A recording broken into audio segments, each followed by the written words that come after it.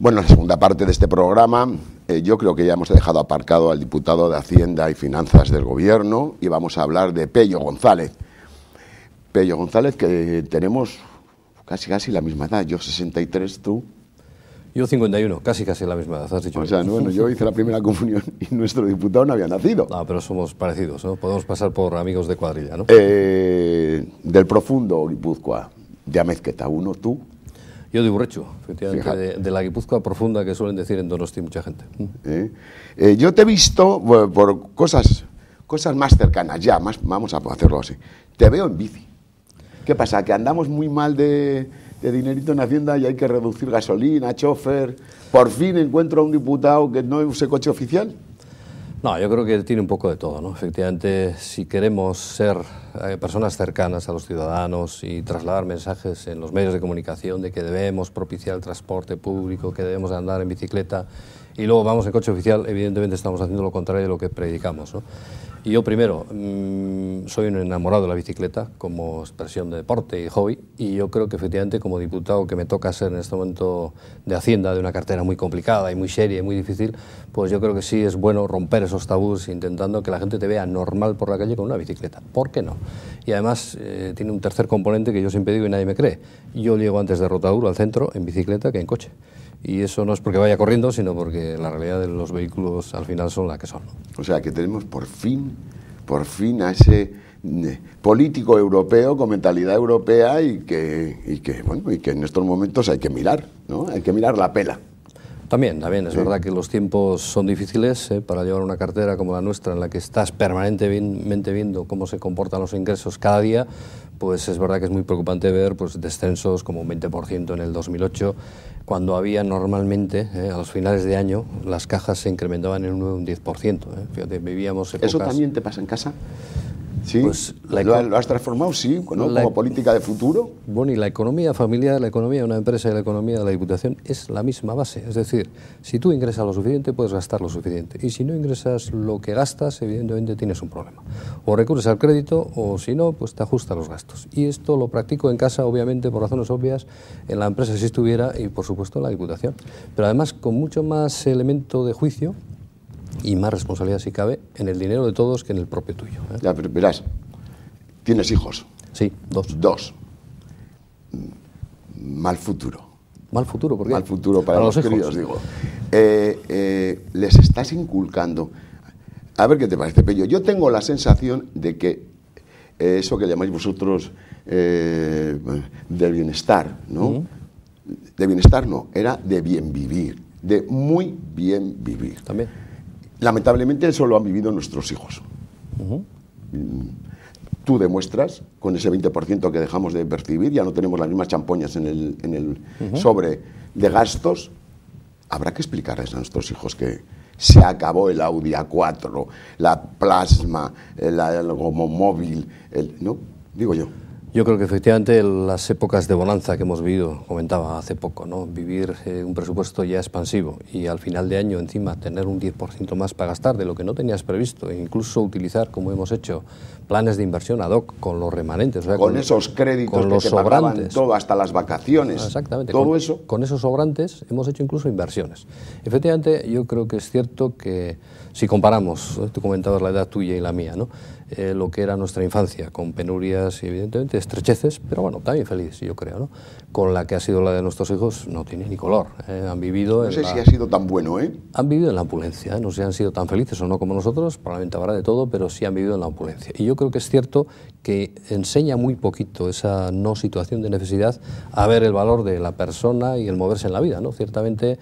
yo suelo comentar, y lo has dicho bien al principio, ¿no?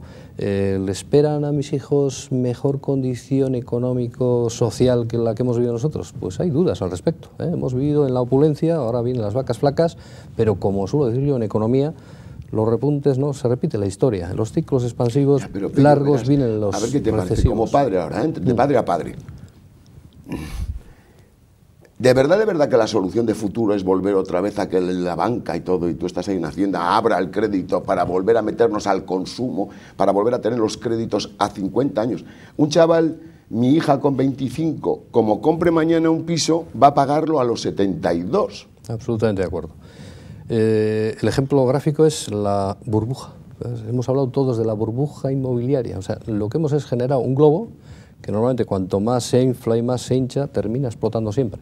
Y efectivamente, entre todos hemos sido culpables de generar una situación de que parecía que esto no tenía fin y que yo creo que no debe ser ni planteable cara a futuro. O sea, habrá que medir qué posibilidades tiene cada uno. Yo digo, la deuda no es importante en la medida que puedas devolverla con garantía, y para eso que tienes que tener un suficiente sueldo que te permita entrar en la deuda, ¿no? Pero si no, pues tendrás que ajustar tus gastos y tus ingresos en casa, en la institución, en el ayuntamiento, en todos los órdenes de la vida. ¿Y qué es lo que nos está pasando ahora? Hemos comentado un 20% de minoración de lo que son los ingresos. Pues tienes que buscar en el gasto, orientarlo de aquella manera para prescindir de aquello que entiendes puede prescindirse y mantener aquello que entiendes que debe ser prioritario en una diputación. Y ahí estamos, es decir, nosotros entendemos, y lo hemos hecho, estructuras de recorte importante, buscar que dediques a las competencias propias, que si no las haces tú no las va a hacer nadie más, y que de alguna manera apuntales eso que has dicho tú. Nosotros hemos tenido y vivimos todavía en un estado de bienestar, con dudas, hay 41.000 guipuzcoanos que están en desempleo. Que ya no están en bienestar. Bastante, efectivamente, bastante drama, pero la solidaridad de los guipuzcoanos debe hacer que esa gente tenga los suficientes medios para vivir dignamente. O sea, que tú y yo seamos capaces de dejar una parte de nuestro sueldo para que este otro que no tiene las posibilidades tuyas y mías pueda vivir ya, bien. Pero verás un ejemplo de esa solidaridad, que está muy de moda ahora. El jaleo de AENA. Yo lo voy a decir jaleo porque me parece, otra vez, claro, supongo que los que estén en el aeropuerto de Fuenterrabía y me oigan, pues van a decir, mira otra vez el boni. Vamos a ver. Cuando les bajamos el sueldo a los empleados, a los funcionarios, en general, el 5%, bronca. Pero, virgencita, virgencita, que me dejen como estoy, porque ahora como me privaticen, todos a la calle. Entonces, ¿en qué quedamos? El 5% no, y encima funcionario. O sea, tendremos que empezar a prescindir de algunas cosas. Yo creo que efectivamente lo has dicho, Bueno, luego hay otros componentes. Primero, a nadie le gusta que le bajen el sueldo, y eso es humano y digno, y yo creo que es razonable. Pero a los 41.000 parados no les importaría que les bajasen antes de echarles. Ese es el problema, que tenemos que ver no solamente el globo nuestro, sino ver la dimensión del problema buscando la generalidad. Dos, los funcionarios, yo soy uno, y lo digo además con conocimiento de causa, tenemos la suerte, y vamos a decirlo así, en el comparativo con el resto de trabajadores de cualquier sector, de poder ser empleados por toda la vida. Y además con esa leyenda urbana de que trabajamos poco y cobramos mucho, ¿no? Efectivamente yo creo que tienen que hacer un esfuerzo, y lo dije así, pues en una idea solidaria de Guipúzcoa, de que si yo estoy con un trabajo fijo y además tengo un sueldo digno y además me permito el lujo de estar mejor que otros, pues bueno, en esa idea que decíamos de compensación, ¿por qué no? Claro, Pello, por ejemplo, tú confirmas, hemos dejado de ingresar el 20%. No hemos echado a ningún funcionario. Obviamente. Con lo cual tenemos menos dinero en el cajón. Si seguimos pagando el mismo salario a los funcionarios, tenemos que quitar de otras cosas, ¿no? Por esa gestión. La política... O sea, hay que volver a lo de mi madre. Muy rápido. Mi madre tenía un bar y funcionaba por sobres. Entonces, cada sobrecito era un gasto. Por ejemplo, colegio, bonicho. Me acuerdo que ponía siempre. Y ahí metía todos los dineritos del boni. Vale. El bar, pues no sé, los gastos del bar. Y si le quitaba uno y gastaba, pues el bonicho necesitaba uniforme, pues había que quitarle a otro. Obviamente. Pues es la explicación traducido a lo moderno de unos archivos en internet o en tu programa de ordenador, que en donde metas efectivamente tu plan de gastos. Esa es la traducción más o menos inmediata. Efectivamente es así. Nosotros tenemos un presupuesto en Guipúzcoa, heredado si quieres, ¿no? Desde el año 2007, donde obviamente las opciones políticas intentan poner encima de la mesa otro tipo de líneas de acción, y algunas mantenerlas porque entienden que de alguna manera están bien planteadas. Si da para todo, perfecto, pero si no da porque hay que reducir un 20%, habrá que hablar. Cómo se cortan los funcionarios, cómo se cortan algunos gastos prescindibles, cómo se corta también los diputados. Una de las primeras medidas que nosotros haremos, lo hemos comentado, sería reducir los departamentos. Hay que intentar adelgazar la estructura también, que cuesta su dinero. Es decir, en vez de 10 departamentos, pues ¿por qué no 8 o menos? O sea, que el mensaje desde tu posición es lo mismo que hago yo en el trabajo, hay que hacerlo en casa. Ni más ni menos. Hay que hacerlo. Pero fuiste alcalde de Urrecho. Pues sí, señor. Yo, primeramente... Bueno, primero funcionario, empleado del Ayuntamiento de Urrecho. Soy excedente, trabajador excedente del Ayuntamiento, y efectivamente allá por el año 86 me convencieron, iba a decir, para dar un salto más y no solamente ser trabajador de ese Ayuntamiento, sino intentar representarlo públicamente. Y ahí en esa labor me tiré 16 años solo de mi vida, toda una vida, pero muy enriquecedora, donde se aprende mucho, donde se habla con el de la calle todos los días y evidentemente pues tienes una vida privada un tanto limitada, pero es una filosofía de la vida y una universidad de la vida tremenda, ¿no? Y sales juntero. Sí, bueno, en paralelo a eso, efectivamente, se me plantea desde el partido, entonces, en Euskal Kartasuna o Jamaica Bat, el ser juntero. Lo he sido en 3 legislaturas, evidentemente representante de mi zona, y dimití en la última por razones... A ver si nos enteramos. Juntero, que el otro día lo intenté y no fui capaz de explicarlo, corrígeme sobre mi criterio, que no sé de política. Juntero es el representante de la comarca. Es decir, en Guipúzcoa, Guipúzcoa se divide en zonas. En zonas, circunscripciones. ¿no? Comarcas o circunscripciones. Ahí se monta una lista. Y esos son los junteros de esa zona. Sé Vale. Y yo ahí elijo a los míos. Con lo cual le conozco al Joshemari. Correcto. Vale. Hasta ahí. Porque sé cómo se llama, dónde vive, qué hace, ¿no? Ya está. Todos estos señores van a Vitoria y se monta... No, en Donosti. En Donosti, en la Diputación de Guipúzcoa. Verás. Y aquí se eligen entre todos los diputados. El diputado general. El diputado general. A ver, nosotros ahora elegimos en estas elecciones de mayo un parlamento guipuzcoano. El parlamento lo componen 51 personas de Guipúzcoa. Y efectivamente hay 4 comarcas de Guipúzcoa, o 5 comarcas, que otorgan representación de esa zona a las juntas generales, en función de las votaciones y evidentemente de los números. Que normalmente los representantes en junteros son de esa comarca. No tiene sentido que uno de Irún represente a uno de Tolosa. La idea del medievo, que es de donde nace este parlamento de Guipúzcoa, es los representantes llamados a juntas. Por ahí viene el nombre. Llamados a junta es a reunión entre todos para ver qué se hace en el territorio histórico de Guipúzcoa. Eso se mantiene, somos un parlamento y ese parlamento elige, de esos 51 que salen por esas comarcas, eligen el diputado general el día 2 de julio. Y el diputado general, en función de los acuerdos que haya de gobierno, elige luego a sus ministros, vamos a decir así, que seríamos los diputados de... En tu caso serías el ministro de Hacienda. Efectivamente, a efectos de ese paralelismo... Con lo cual los junteros llegan con todo, por eso antes en la entrevista hablabas de cuál es un poco lo que te decida el Parlamento, ¿no? La Diputación. Lo que ellos decidan los junteros es lo que tú luego vas a aplicar en tu política de diputación. Los junteros llevan la representación de esa zona, efectivamente llevan la línea política que van a defender desde el punto de vista de lo que sería la labor de esas juntas, eligen al diputado general y luego controlan la labor del gobierno. O sea, es un parlamento exactamente igual que cualquier otro. Vale. El gobierno gestiona durante 4 años y las juntas están para ese control de la acción. A mí personalmente me parece mucho más representativo, sinceramente, y no lo había hecho nunca, pero lo voy a hacer ahora. Le va a dar mucho más importancia, de verdad, a las elecciones de diputación o diputados que a las municipales, porque es verdad que ese político es mío.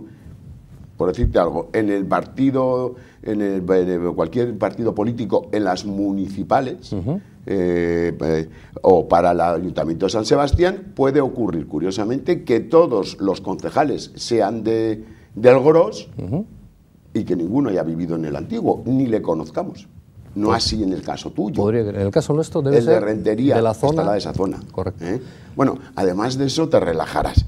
Cuando te relajas, cocinas en casa, echas una mano. Hay 2 hijos. Pues efectivamente, yo comento, en vez de vivir en Urrechu, en este momento duermo solamente en Urrechu, ¿no? Pero ciertamente este puesto te da a veces posibilidades de que sábado y domingo puedas disfrutar del fin de semana con la familia.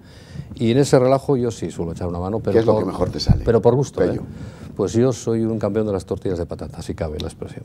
¿Las haces también en la sociedad a tus amigos? También, sí. Ahí soy con crítica, ahí asumirás que en la sociedad, si no se te critica, vaya cocinero. Y de presupuestos no te puedes salir. Eres de Hacienda. Los amigos son así, además es estricto, no se puede pasar de un dinero porque si no lo terminas poniendo tú, porque que se ha roto que has planteado, ¿dónde te has ido por ahí, no? Pero ciertamente yo creo que la sociedad es un buen ambiente. Yo soy socio en Urrechu de 2 sociedades y en Donosti de una, y efectivamente siempre que hay una salsilla, pues en la medida que pueda me apunto. Sí, cómo no. Bien. Yo creo que mejor que Námez que Tano, ¿eh? Eso ya no te puedo decir porque no hemos tengo orgullo de decir que he sido el campeón del mundo. Hombre, enhorabuena, mira. Sí, alguna vez permito que la gente me gane. O sea que estamos hablando con un experto. Sí. ¿Con señas o sin señas jugáis? Yo normalmente con señas y 8 reyes. Eso no es muy puchi, ¿eh? El que jugamos en Guipúzcoa o en Urrechu sería este, en principio. Sí. no sé, sabes lo que supone la OTA, o sea, quiero decir, vives, además de andar en bici, eres un señor que va por la calle. Pues yo creo que la experiencia, ya has comentado antes, de 16 años en un ayuntamiento te dice, primero, que no te puedes instalar en el despacho y gestionar, que también lo tienes que hacer desde ahí, sin tener la antena puesta abajo, porque el fracaso es rotundo. Yo he tenido la oportunidad de presentarme allí 4 veces a elecciones y afortunadamente, diría por el resultado, en las 4 mi pueblo ha sabido ver en mí, iba a decir, con humildad y evidentemente en la lista que presentaba, pues una opción para poder ser y seguir siendo alcalde, ¿no? Pero es cierto que es una labor dura, muy dura, pero bonita en el sentido de que te conviertes en psicólogo. Yo decía que en los alcaldes ocupábamos el lugar del confesor de antes. Antes la gente acudía al confesor, obviamente, a contar sus penas, a hacer el psicólogo, el psiquiatra que no existe en nuestra zona, ¿no? El alcalde se ha convertido en eso. A mí me ocurría en mi despacho multitud, fundamentalmente mujeres mayores, que venían solamente a que les escucharas. O sea, no venían a pedir nada, que también es habitual. Al alcalde vamos a ver que nos ponga, que nos la farola, el suelo, el banco, etcétera, ¿no? Pero había mucha gente que venía a contar sus problemas, familiares fundamentalmente, y con el hecho de escuchar ya les valía, ¿eh? Y bueno, pues también es una labor que hay que hacer, porque si no, no parece que lo hace otro, y que ciertamente te convierte en alguien muy humano que tiene un contacto muy directo. Y si se pierde eso, esa idea que tenemos algunos de cómo acercar a los ciudadanos a la política y no distanciarlos cada día más, pues se pierde todo, ¿eh? Yo, permíteme que no lo he hecho nunca, no sé si volveré a hacerlo, pero por fin, de verdad, Pello, por fin me encuentro ante un político que habla de lo que para mí es fundamental y que para otro pueda entender que es perder el tiempo, ¿no? Y es que sabe cómo se llama fulanito de tal, si está casado o ha enviudado, además, si su hijo tiene problemas o no. Yo tengo la sensación, pero yo no sé si estás de acuerdo, que estáis tan lejos. No, estoy de acuerdo. Primero agradecerte las palabras, ¿no? Pero es cierto que, y comentaba antes, ¿no? Actitudes de ese estilo de que aquí gobierno yo 4 años y luego ya iré a prometer de nuevo no sé qué cosas para que me siga usted votando, o en la estructura de un partido grande me meto aquí y al final terminamos saliendo. Yo creo que tenemos que romper con ese tipo de tabúes y entender que tú eres representante del ciudadano de la calle, de ese que va por la calle en bicicleta, de ese vecino del quinto, de ese que va a la playa y de ese que está cabreado porque no tiene empleo. Y yo digo, si somos capaces de transmitirles el que intentamos resolver los problemas que ellos tienen, que son pequeños pero sumados son muy grandes, es decir, pues estaremos dando la clave del acercamiento. Los de muchos es el problema para el de Hacienda, pero la ausencia del pequeño no convierte en mucho. No, está claro, es difícil, así como en Urrechu, por ejemplo, 7.000 habitantes, podemos conocernos todos y tener cara y ojos a cada problema del pueblo. En Guipúzcoa obviamente eso no puede hacer. Pero si hacemos un retrato robot de qué es lo primero que le preocupa a un guipuzcoano medio, estaríamos hablando del empleo, sin ninguna duda. Sin ninguna duda. Que desde luego, el que lo tiene, porque tiene miedo a perderlo, y el que no lo tiene porque entiendo que lo quiere conseguir, ¿no? Entonces tenemos que volcarnos en buscar que ese elemento de preocupación que es del ciudadano medio sea también elemento de preocupación nuestro. Si vamos a Donosti, ya no al territorio, pero en Donosti, el segundo elemento de un joven, ¿no?, de necesidad es la vivienda. Vivienda. Evidentemente habrá que intentar buscar cómo acercamos ese problema a la realidad. Vivienda, Pello, qué bien, sí. Que casi se me olvidaba. Yo, y tú me corriges, 25 años, empieza a trabajar 1.000 euros. De suerte. Joder, sí, tal. Que me toque, ¿no? Que me toque la vivienda. ¿No estás de acuerdo o estás de acuerdo en que se fomente de una forma importante? No se puede hacer la Diputación ahí en la parte social que te corresponde en los presupuestos. Las viviendas para mí de alquiler.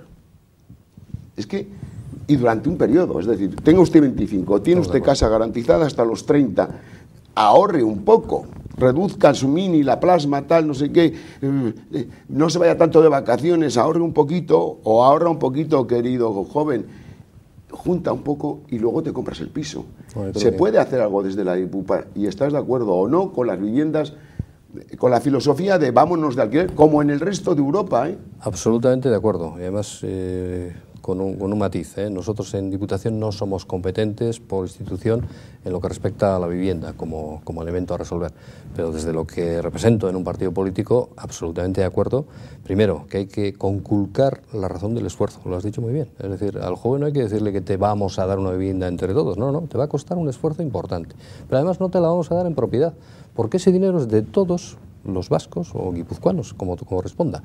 Y lo que no me parece es que el tocarte una vivienda sea una especie de lotería que le toque a una familia determinada. Que qué suerte, obviamente, pero ese dinero al final es un dinero que hemos puesto todos los demás. Yo creo que al joven hay que dejarle, primero, que se estabilice, y has dicho bien, que tenga un sueldo digno, que tenga la posibilidad de trabajar con cierta seguridad y que tenga un espacio donde poder realizar su vida familiar o social, sin ninguna duda.